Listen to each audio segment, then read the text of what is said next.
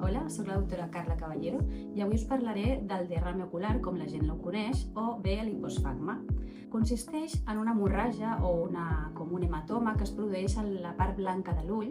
Realment es produeix per sota d'una membrana que tenim que recobreix aquesta part blanca i és degut al trencament d'uns vasos.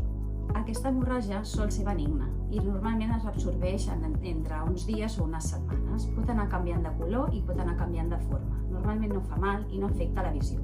Les causes podrien ser degudes o bé a un esforç intens, per exemple, o tos, estornuts constants, vòmits. També podria ser degut a un traumatisme o bé a altres alteracions com per exemple de la coagulació. La gent que pren medicació anticoagulant podria aparèixer. També podria ser, i és important, veure que si és de manera recurrent, podria ser un indicador d'algun problema més a nivell de la tensió arterial. Llavors, en aquest moment sí que hauríem de reconsultar a un oftalmòleg o bé a un metge de capçalera per fer un estudi més complet a nivell sistèmic.